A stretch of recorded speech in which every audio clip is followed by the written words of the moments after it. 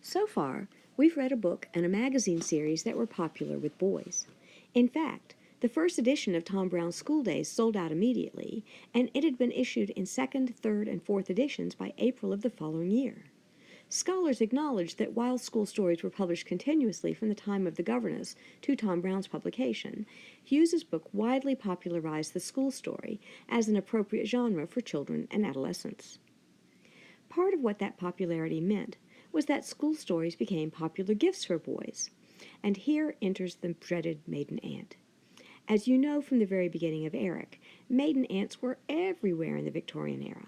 Well, not really, but it might seem that way, because one bit of fallout from the injunction for middle-class men to have decorative rather than useful wives was that marriage became both the career goal of middle-class women and increasingly difficult for them to achieve.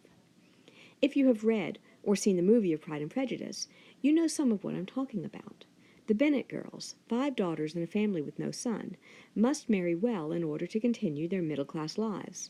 But because their father's estate is entailed on a distant relative because Mr. Bennet has no sons, the girls have no money to entice a nice young man to marry them. All they have is their looks, wits, and manners, and everyone agrees that these are not enough to gain them husbands. So, maiden aunts. The stereotypical maiden aunt occupies herself with good works and rarely if ever leaves home, so she is imagined as inexperienced in the ways of the world and also as prim, proper, and prudish. What kind of book would she buy for her beloved nephew? The answer is Eric, or Little by Little. Eric's author, Frederick Farrar, was the master of Marlborough College, a distinguished public school. He wrote that the object of the book was the inculcation of inward purity and moral purpose. It is a very moral book. The epigram for this unit of our study comes from one of the boys in Stalky and Company, who was given the book for Christmas by his maiden aunt, and who brings it back to the Col so that he and his friends can mock it. I think it is safe to say that few real boys actually enjoyed this novel. It does have its moments of unintentional hilarity, though, and I encourage you to laugh at it as you read, if that makes it easier. Hovering over Eric is the maiden aunt. The book begins with Eric at home, the home he's known for most of his life, since his parents sent him to England from India as a toddler, on the usual presumption that India was not a healthy place for English children. Eric is lucky. He has family in England to look after him.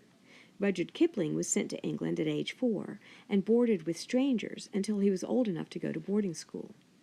It's hard for us to get our heads around this, because nowadays even the British shy away from sending young children away from home.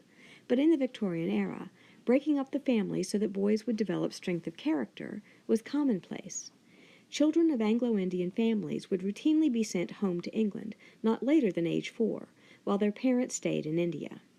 And even the children of families that lived in England would be sent away to prep school not later than age 7.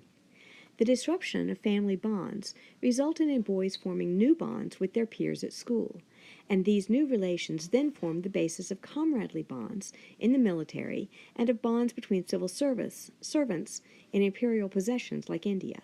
In other words, the belief that boys should be removed from the love and support of their parents at the earliest possible moment was understood as a direct support of Britain's imperial goals.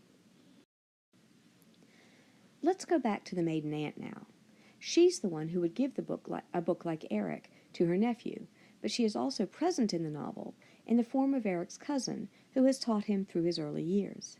At the beginning of the novel, the narrator assures us that, beyond a certain age, no boy of spirit can be safely guided by a woman's hand alone. Women are understood as being weak in the specific way that they are too kind and gentle to raise a boy. School will toughen him up and help him govern without emotional considerations. Essentially, it will curtail his empathy. Last week, when I talked about tropes of school stories, I did not mention an obvious repeated theme: bullying. Remember, Thomas Hughes argued that bullying is more or less inevitable in school, and that it actually has good effects on boys, because through bullying, they learn to stand up for themselves and to resist evil. This reading, of course, overlooks the reality, which Hughes describes in his own book, that bullies often end up being the most powerful boys in the school, terrorizing younger and smaller boys and disrupting systems of justice and authority predicated on fairness and Christian values. School stories usually describe bullying as inevitable and also destructive, and they often use a fight against a bully to demonstrate the protagonist's morality and value in the school community, as Hughes did with Tom's fight to preserve Arthur. Maiden aunts don't like fighting and bullying. Eric's cousin Fanny fears that he may be spoilt and ruined by exposure to the evils of school, mostly the bad influence of other boys and the coarsening effects of bullying.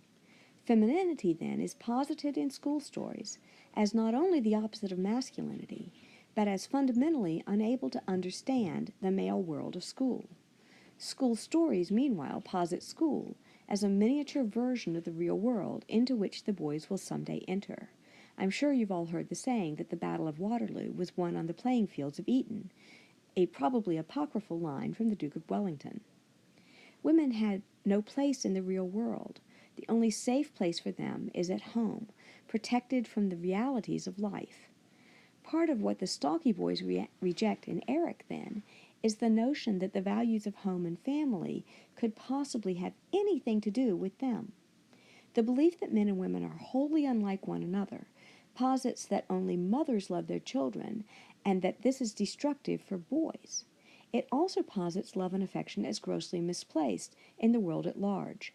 The world, like school, is about power and force. Those who love or are loved place themselves at a disadvantage compared to those who reject love in favor of power. The implication of this worldview for the children consuming school stories is clear. While Hughes hopes that his son will return to him an Englishman, a gentleman, and a Christian, this displacement of the centrality of love clearly rejects a vital component of Orthodox Christianity, a religion predicated on love for others, as witnessed by Jesus' many injunctions for his followers to practice love and kindness in all their interactions. The school story suggests that this fundamental tenet of Christianity is not only impractical in the real world of power and force, but essentially unmanly. Now, clearly, there are proponents of Christian orthodoxy in the school story. Arthur, for instance, argues for an unconventional reading of courage that isn't about beating up other boys, but rather about sticking to your values no matter how abused you may be, and that this is a reading of Christianity that would be legible to both Christ and his martyred early followers. But in Eric, as in Tom Brown, we can see that the message to boys is at least mixed. Boys ought to follow the feminine values they were taught before they went to school, but they can't succeed at school, either with the masters or with other boys, unless they abandon those same values. There is no place for tenderness at school. In writing Eric, Farrar faces the problem that he doesn't like the way masculinity is understood at school, but he also is fully a part of masculine culture and thus supports all the ways in which masculinity is understood as a rejection of femininity. Eric needs to leave home in order to toughen up and become a man, but school's coarsening effects are more likely to lead to his downfall than to his healthy growth, just as Cousin Fanny fears.